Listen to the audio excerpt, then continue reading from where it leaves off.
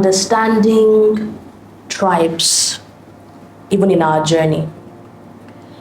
A lot of times when the Lord gives us what looks like an impossible promise, or he invites us to go on a journey where we've never gone before, one of the things that may be the first point of discouragement is that we want to tell people who have journeyed with us in the past or who are close to us, and they don't receive the message the way that we think that they should. So the first thing that it does is that it inspires doubt. In fact, a lot of promises have been prematurely aborted because they were told to I don't want to say the wrong people, but people who may have been right for other situations, but they did not understand the gravity of what you were bringing. So once again, the need for discernment is key.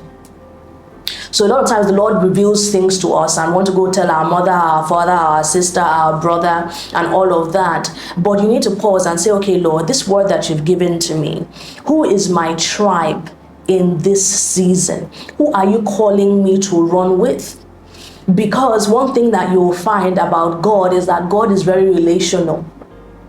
You think that God is sufficient in himself, but even God is 3 in 1. And even God said, let us make man in our own image. And one of the reasons why we were made is for relationship.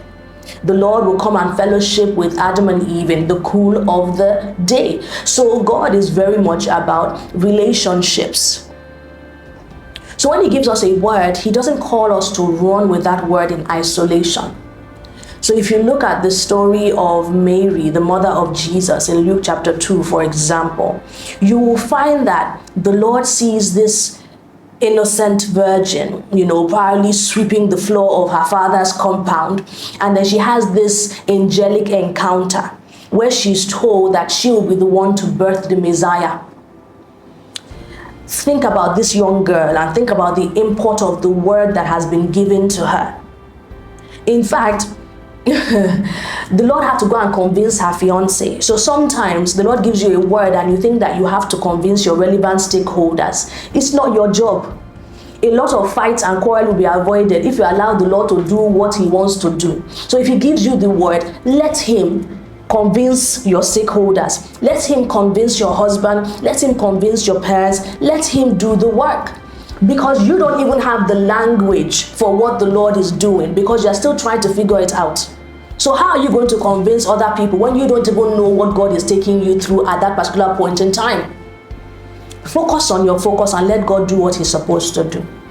And so after she surrenders and says, be it unto me, but she says, how shall these things be, seeing as I know not a man?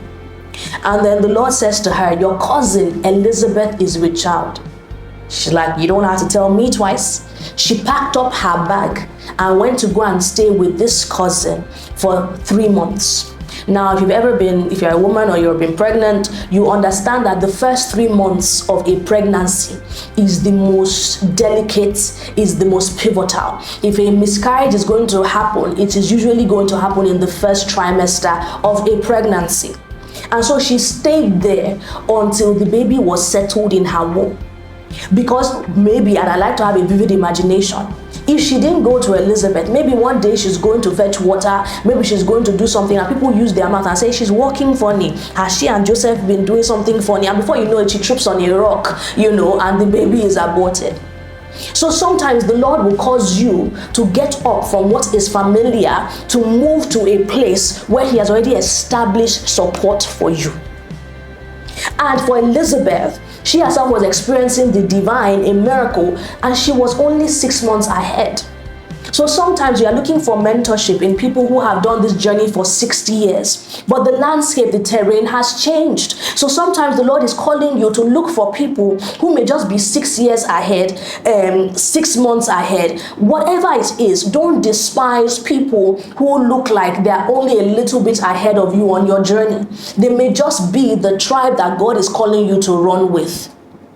And we know what happens when they meet. The babies in their wombs leap. They begin to encourage themselves with psalms, hymns, and spiritual songs. And that is where she's edified until she's strong enough to go back into the place where it's familiar. And now she's showing she has a pregnancy, but she has inner strength to be able to, sustain what God has called her to sustain. So as the Lord gives you a word, as you are birthing the promise, make sure that you are running with the right tribe. Don't assume that it's your best friend that is going to help you through that process. Instead, ask God, who are you calling me to run with in this time and in this season? And do as He reveals to you. God bless you.